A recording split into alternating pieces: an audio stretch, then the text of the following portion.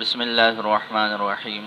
فعلے کی تعریف کیا ہو گئی؟ ہر ایسا اسم جس کی طرف کسی چیز کی نسبت ہو حرف جر کے واسطے سے، وہ حرف جر چاہے لفظاً موجود ہو یا پھر مقدر ہو لیکن وہ مراد ہو۔ اب آگے مصنف رحمۃ اللہ علیہ نے یہ بات ذکر کی ہے کہ جی حرف جر اگر مقدر کریں گے تو کہاں پر مقدر کریں گے، کہاں پر اس کو ذکر کریں گے؟ تو فرماتے ہیں کہ جی سب سے پہلی بات تو یہ ہے کہ مضاف کا اسم ہونا، دوسرا مجرد عنہ تنوین ہو، یہ ہونا ضروری ہے کہ جی مضاف اسم ہوگا۔ مضاف کیا ہوگا؟ اگر اسم ہے پھر حرف جر کو مقدر کریں گے، اگر مضاف میں واقع ہونے والا کلمہ اسم نہیں بلکہ کیا ہے، فعل ہے، تو پھر نہیں کریں گے، حرف جر کی تقدیر نہیں ہو سکتی۔ دوسری شرط یہ ہے کہ جی تنوین یا جو تنوین کا قائم مقام ہو وہ مضاف اس سے خالی ہو۔ مضاف خالی ہے کس سے؟ تنوین سے یا تنوین کے قائم مقام سے، اور اس کا تنوین سے یا تنوین کی قائم مقام سے خالی ہونا اضافت کے مقصد سے ہو، اضافت کے مقصد سے ہو، پھر جا کر حرف جر کی تقدیر ہوگی، وگرنہ نہیں ہوگی۔ تو فرماتے ہیں فالتقدیر اے تقدیر الحرف، یعنی حرف کی تقدیر، شرط ہو، اس کے لیے شرط یہ ہے ان یکون المضاف اسمن، کہ وہ مضاف ہو اسم ہو، اذ لو کان فعلا، اگر بالفرض اسم نہیں ہے مضاف بلکہ فعل ہے، لا بد من ان یتلفظ بالحرف، پھر حرف کے ساتھ تلفظ ضروری ہے۔ جیسے مررت بزیدن، اب اس کو مررت زیدن کہنا ہرگز جائز نہیں ہے بلکہ مررت بزیدن کہنا ضروری ہے۔ ایک شرط یہ ہوگی مجردن عنہ تنوین ہو، اس سے اس کی تنوین کا تجرد کیا گیا ہو، اس کی تنوین کو خالی کیا گیا ہو اس سے، تو یہ یہاں پر مجرد منسلخاً کے معنی میں ہو جائے گا۔ اس کا لفظی ترجمہ تجرید کا معنی خالی کرنا، تو تجرید کا معنی خالی کرنا کریں گے، پوری عبارت متن کی جوڑے تو کیا ہو جائے گا؟ مجردن عنہ تنوین ہو، اس سے اس کی تنوین کو خالی کیا گیا ہو۔ تو اسم کو خالی کیا گیا ہے تنوین سے، تنوین کو اسم سے خالی نہیں کیا جاتا، ایسا ہی ہے نا؟ تو اس وجہ سے یہاں پر مجرد کس کے معنی میں ہے؟ منسلخاً۔ انسلاخ کا معنی ہوتا ہے ختم ہونا، زائل ہونا، تو کہتے ہیں جی اس سے اس کی تنوین زائل ہو گئی ہو، اس سے اس کی تنوین ختم کی گئی ہو، تو پھر کوئی بات نہیں ہے۔ تنوینہ او ما قام مقامہ، تنوین یا پھر وہ چیز جو کہ تنوین کے کیا ہے، تنوین کے قائم مقام کون سی چیز ہے؟ نون تثنیہ ہے یا نون جمع ہے، تو فرماتے ہیں من نون تثنیۃ والجمع لاجلھا، کس کی وجہ سے؟ اضافت کی وجہ سے، کسی اور وجہ سے تنوین نہ گرائی گئی ہو، اضافت کی وجہ سے تنوین گرائی گئی ہو یا نون تثنیہ جمع گرا دیا گیا ہو، پھر جا کر جو ہے وہ کیا کریں گے؟ پھر ہم وہاں سے حرف جر کی تقدیر کریں۔ اب مسئلہ یہ ہے کہ جی یہ شرط کیوں لگائی؟ یہ جو تجرید والی شرط ہے، اس شرط کی کیا ضرورت تھی؟ اس سے پہلے آپ لوگوں نے تمییز میں یہ مسئلہ پڑھ لیا تھا کہ اسم تام ہوتا ہے، تام کس سے ہوتا ہے؟ تنوین سے ہوتا ہے، نون تثنیہ سے ہوتا ہے، اور نون جمع سے ہوتا ہے، ایسے ہی ہے۔ اور جب ہم ترکیب اضافی کرتے ہیں، مضاف اور مضاف الیہ بناتے ہیں، تو اضافت سے ہمارا مقصد کیا ہوتا ہے؟ ہم یہ کہتے ہیں کہ یہ دو کلمہ کو جو الگ الگ ہیں ان کو ملا کر ایک دوسرے کے ساتھ جوڑو، اور اس سے یا تعریف کا فائدہ حاصل کرو یا تخصیص کا جو ہے وہ فائدہ حاصل کر لو۔ لہٰذا اس وجہ سے گویا کہ انہوں نے ایک کلمہ کو دوسرے سے تام کیا، ایک کلمہ کو دوسرے سے کیا کر لیا؟ اب ان کا تام ہونا اس اضافت کی وجہ سے، اب ان کا تام ہونا کس کی وجہ سے ہونا چاہیے؟ اضافت کی وجہ سے تام ہونا چاہیے، اور مضاف تو پہلے سے تام ہے، اس کے ساتھ تنوین لگی ہوئی ہے، اس کے ساتھ نون تثنیہ یا جمع لگا ہوا ہے، اس وجہ سے اسم کی وہ تمامیت ختم کی جاتی ہے۔ اس وجہ سے اسم کی وہ تمامیت پہلے سے وہ شادی شدہ ہے، کہتے ہیں کہ جی پہلے کیا بن جاؤ؟ کنوارا بن جاؤ، پھر اس کے بعد جو ہے ہم آپ کو کنواری دیں گے۔ تو اس وجہ سے پہلے اس کو خالی کیا جاتا ہے، پھر اس کو مضاف الیہ کے ساتھ کیا کر لیتے ہیں؟ جوڑ لیتے ہیں۔ عبدالرحمن سمجھ آ گئی؟ فلما ارادو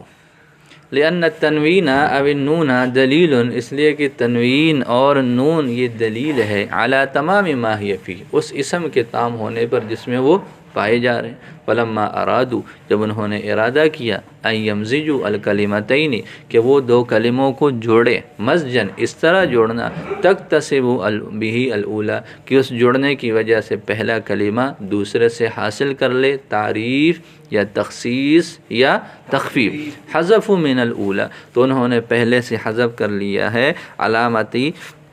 علامت تمام الکلمتی، کلمہ کے تام ہونے کی علامت کو ختم کر لیا، وتمموها بالثانیہ، اور اس دوسرے سے اس کو کیا کر لیا؟ تام کر لیا۔ آگے مصنف رحمۃ اللہ علیہ نے ایک اور مسئلہ بیان فرمایا ہے، اور وہ یہ ہے کہ جی آپ نے مضاف الیہ کی جو تعریف کی ہے کہ جی جس میں حرف جر کے واسطے سے ایک چیز کی طرف کوئی نسبت کی جاتی ہے،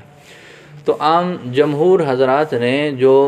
تعریف کی ہے اضافت لفظیہ کی، اضافت لفظیہ معنویہ انشاءاللہ اگلے سبق میں آپ لوگ پڑھ لیں گے، تو اضافت لفظیہ اور معنویہ کی جو عمومی تعریفات جمہور نے کی ہے وہ یہ ہے کہ جمہور جو ہے وہ اضافت لفظیہ میں حرف جر کی تقدیر نہیں مانتے۔ جمہور کیا کرتے ہیں؟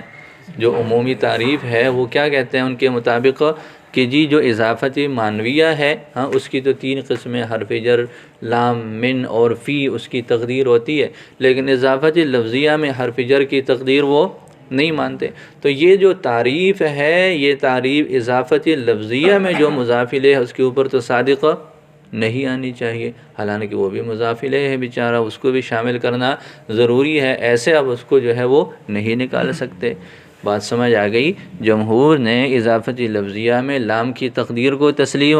نہیں کیا، تو جب لام کی تقدیر کو تسلیم نہیں کیا تو آپ کی یہ تعریف تو صرف اضافت معنویہ کو شامل ہے، اضافت لفظیہ کو تو شامل ہے ہی نہیں۔ تو جو مضاف الیہ ہے اضافت لفظیہ میں وہ اس تعریف سے خارج ہے، حالانکہ وہ بھی کیا ہے؟ وہ بھی مضاف الیہ ہے، اس کو شامل ہونا چاہیے۔ اس کا جواب یہ رہتے ہیں کہ جی مصنف نے جو یہاں پر جس طرح جو ہے وہ فرمایا ہے، تقسیم آگے کی ہے، اور جس طرح انہوں نے وضاحت تو نہیں کی، انہوں نے وضاحت نہیں کی کہ اضافت لفظیہ میں لام کی تقدیر ہے یا نہیں ہے، لیکن ماتن کا نظریہ ان کے جو ہے وہ اشارات سے یہی بات معلوم ہے کہ جی ان کے نزدیک یہ جو اضافت لفظیہ ہے اس میں بھی لام کی تقدیر ہے، اضافت لفظیہ میں بھی لام مقدر ہے، لیکن لام مقدر کون سا والا ہے؟ یہ حرف جر مقدر ہے، تو وہ حرف جر کون سے والا مقدر ہے؟ یہ وضاحت تو نہیں ملتی، یہ والی وضاحت تو کہ جی اضافت لفظیہ میں کون سا حرف جر مقدر کریں گے، لیکن اشارات سے اور بعض جگہوں پر وضاحت سے بھی یہ بات معلوم ہوتی ہے کہ مصنف کے نزدیک اضافت لفظیہ میں بھی کیا ہے؟ لام مقدر ہے۔ تو جب لام مقدر ہے تو پھر ٹھیک ہے، وہاں پر جو مضاف الیہ ہے اس کی تعریف اس کے اوپر ماتن کے نزدیک صادق آ رہی ہے۔ اب وہ اشارہ کیسا ہے؟ وہ اشارہ ایسا ہے کہ جی دیکھیں آپ لوگوں نے پڑھ لیا یہ متن کی عبارت، پہلے متن کی عبارت ابھی جو پڑھی ہے وہ دیکھیں کہ شرط فالتقدیر شرطہ، فالتقدیر کہ جی حرف جر کو مقدر کرنے کی شرط یہ ہے، پہلے حرف جر کو مقدر کرنے کا تذکرہ کیا، اس کے بعد ماتن نے کہا وہی معنویۃ و لفظیۃ، کہ وہ پھر لفظی ہے اور معنوی ہے۔ تو پہلے حرف جر کو کی تقدیر کو انہوں نے جو ہے وہ بنیاد بنایا، اور پھر آگے اس کی 2 قسمیں بنائے، ایک کو لفظی بنایا اور ایک کو معنوی بنایا۔ ہم جو ہے کلمہ کی تقسیم کرتے ہیں اسم، فعل اور حرف کے ساتھ، تو پھر ہر ایک کی تعریف یوں کہتے ہیں کہ جی فعل وہ کلمہ ہے، اسم وہ کلمہ ہے، حرف وہ کلمہ ہے۔ تو جب تقسیم ہوتی ہے تو جو اصل بنیاد ہے وہ بھی ملحوظ ہوتی ہے۔ یہاں پر انہوں نے بنیاد کس کو بنایا ہے؟ جہاں پر حرف جر کی تقدیر ہوتی ہے، اور پھر آگے 2 قسمیں بنائے، لفظی اور معنوی۔ اس سے پتہ چلا کہ ماتن کے نزدیک حرف جر جو ہے وہ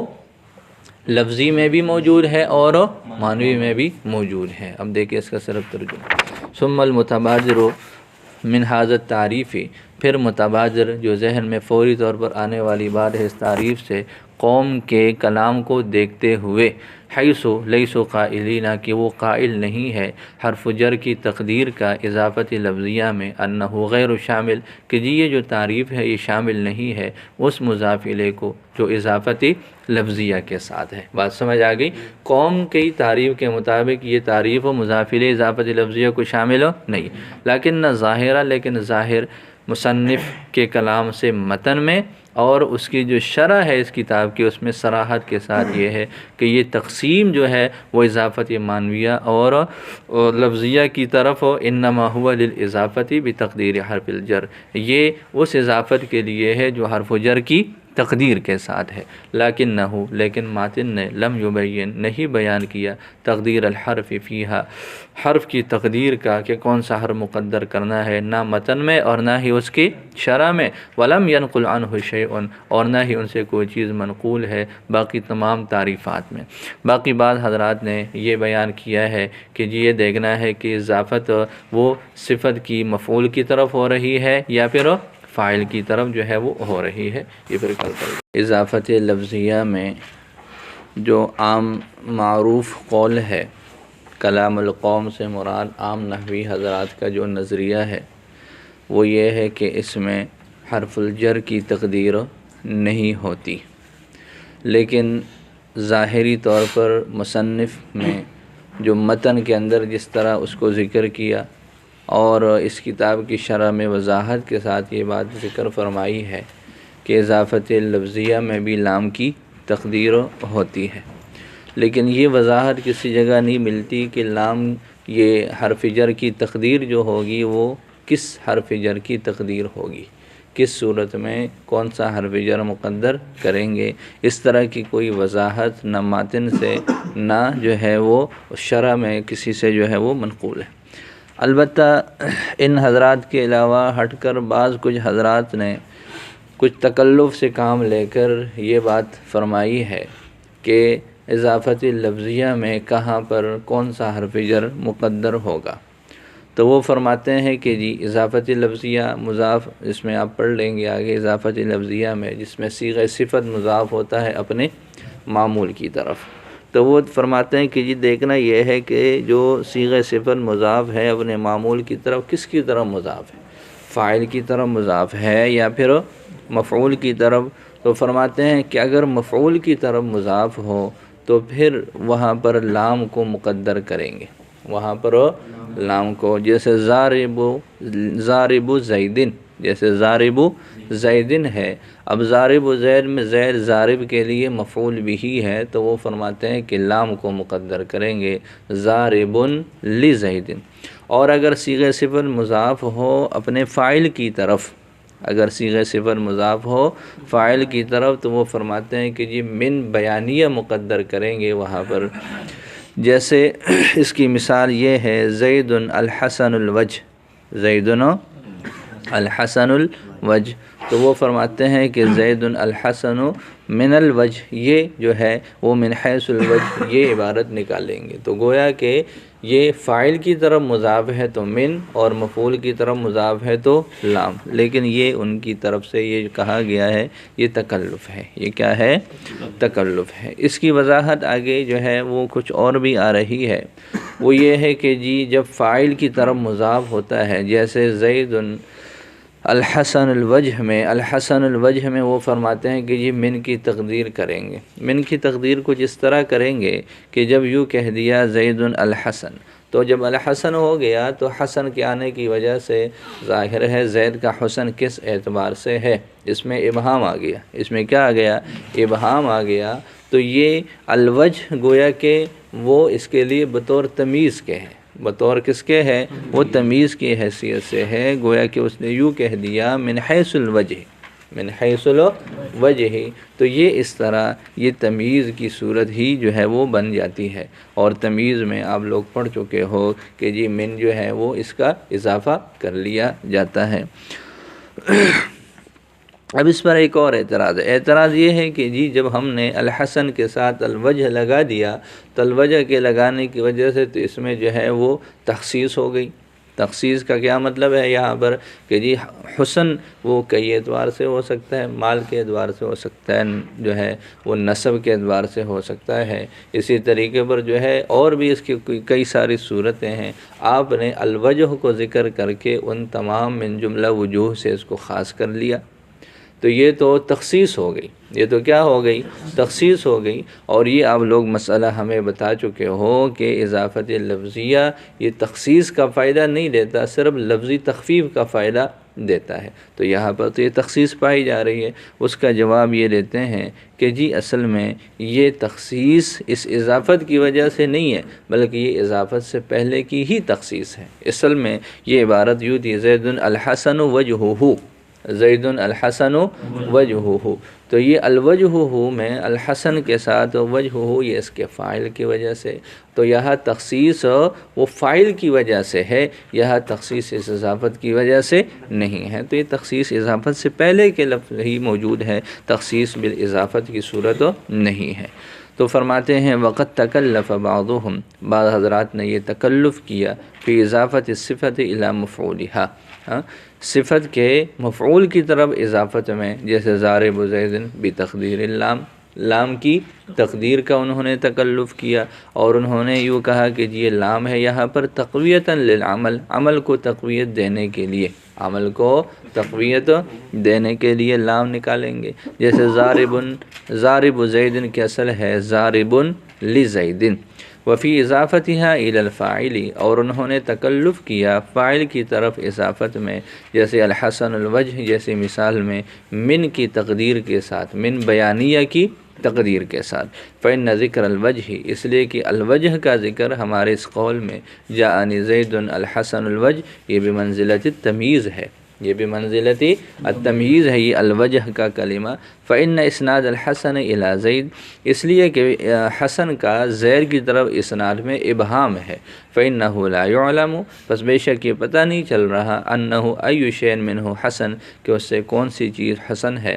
فإذا ذکر الوجہ، لہذا جب وجہ کو ذکر کیا گیا، فکأنہ قیل، تو گویا کہ یوں کہہ دیا، من حیث الوجہ زید الحسن من حیث الوجہ، تو یہ تمییز کی طرح ہو جائے گا، اور پھر وہاں پر کون سی چیز ذکر کرتے ہیں؟ حروف جارہ میں سے من کا جو ہے وہ بیان ہوتا ہے۔ اب وہی اعتراض کہ فَإِن قُلْتَ، پس اگر تم نے کہہ دیا هذا فی الحقیقت تخصیص، یہ تو حقیقت میں کیا ہے؟ تخصیص ہے، فلا یصح، تو پھر تو یہ بات ٹھیک نہ ٹھہری، ان الاضافۃ اللفظیہ، کہ اضافت لفظیہ وہ فائدہ نہیں دیتا، الا تخفیفا فی اللفظ، مگر لفظی تخفیف کا۔ آپ نے تو یہی بات سمجھائی ہے کہ اضافت لفظیہ سے صرف لفظی تخفیف کا فائدہ ہوتا ہے، اور یہاں تو تخصیص حاصل ہو رہی ہے اضافت لفظیہ سے۔ قلنا، تو ہم نے جواب میں کہا، کان ھذا التخصیص واقعا قبل الاضافۃ، یہ جو تخصیص ہے یہ اضافت سے پہلے ہی واقع تھا، فلا یکون مما تفیدہ الاضافہ، لہذا یہ نہیں ہے ان چیزوں میں سے جس کا اضافت فائدہ دیتا ہے۔ فلیست فائدۃ الاضافۃ، تو لہذا ہماری بات اپنی جگہ پر ہی قائم ہے کہ اضافت کا فائدہ نہیں ہے، الا التخفیف فی اللفظ، مگر صرف لفظی تخفیف ہی ہے، اس میں جو ہے وہ یہ تخصیص والی صورت اس میں حاصل نہیں ہے۔ تو یہ اب لوگوں نے کیا پڑھ لیا اس پورے سبق میں کہ جی اضافتی جو ہے اضافت بتقدیر حرف جر، حرف جر کی تقدیر کے ساتھ آپ لوگوں نے پڑھ لیا تھا کہ جی اس کی پھر جو ہے وہ شرط پڑھ لی تھی کہ تقدیر کی شرط یہ ہے کہ مضاف اسم ہو اور اس سے اس کی جو ہے وہ تنوین کا وہ تجرد کیا گیا ہو اس کے درمیان میں اور اس کے ضمن میں، یہ پھر درمیان میں بات آ گئی یہ والی جو آج رہتی تھی۔